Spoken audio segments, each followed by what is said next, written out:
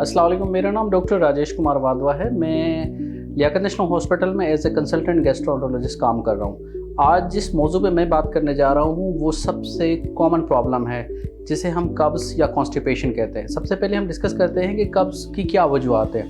80% जो कब्ज़ की वजूहत है वो हमारे रोज़मर्रा के आदत की वजह से है। जैसे कि हमें कम पानी पीते हैं, खाने में हम फाइबर कम यूज़ करते हैं, और कुछ बीमारियां, मेडिकल बीमारियां जिसमें डायबिटीज़ और थायराइड की बीमारियों की वजह से भी कब्ज़ होता है। इसके अलावा ब्लड प्रेशर कम करने की कुछ दवाएं और कुछ एंटीबायोटिक से भी कब्ज़ हो जाता है। तो हम आते हैं कि इसको इलाज कैसे करें, इसको ठीक कैसे करें और इससे बचा कैसे जा सकता है। अगर मैं पानी के ऊपर डिस्कस करूं तो इसमें यह है कि सर्दियों में हमें कम से कम 3 से 4 लीटर और गर्मियों में हमें 4 से 5 लीटर पानी पीने की ज़रूरत है।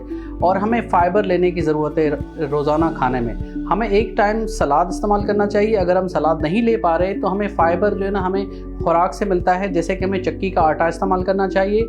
हमें फल ज़्यादा इस्तेमाल करनी है। फलों में जो है ना सेब और केला, इसमें फ़ाइबर ज़्यादा होते हैं। हमें ड्राई फ्रूट जिसमें बादाम और मूंगफली, इनमें जो है ना फ़ाइबर ज़्यादा होते हैं। तो इस तरीके से हम इन आदत के ज़रिए से भी अपने कब्ज़ को ठीक कर सकते हैं। अब इन सबसे भी अहम बात यह है कि मरीज़ को जैसे कब्ज़ होता है वो अपनी बाउल हैबिट सही करे। बाउल हैबिट का मतलब यह है कि एग्जैक्टली टाइम पे टॉयलेट यूज़ करना।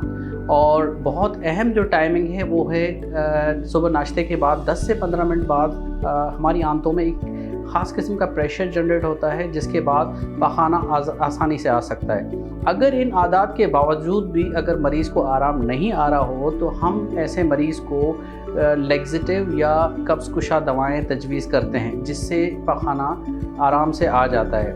लेकिन अगर किसी मरीज़ को लगातार कब्ज़ की दवा लेनी पड़ रही है और उसे आदत के बावजूद भी उसका कब्ज़ ठीक नहीं हो रहा और आए दिन उसे इसके साथ साथ उसका वज़न गिर रहा है या पखाने में खून आ रहा है या भूख कम हो रही है कब्ज़ के साथ, तो हम ऐसे मरीज़ को बड़ी आंत के मुआयने जिसे सिग्मोइडोस्कोपी या कोलोनोस्कोपी कहते हैं वो तजवीज़ करते हैं। इसके ज़रिए से हम बड़ी आंत को अंदर की तरफ से देख लेते हैं और इसमें खुदा न खास्ता कोई कैंसर या कोई अल्सर जिसकी वजह से मरीज़ का वज़न कम हो रहा हो और पखाने में खून आ रहा हो और साथ में कब्ज़ हो रहा हो, तो उस चीज़ को देखने के लिए बहुत अहम टेस्ट है और ये बहुत आराम से हो जाता है। बहुत शुक्रिया।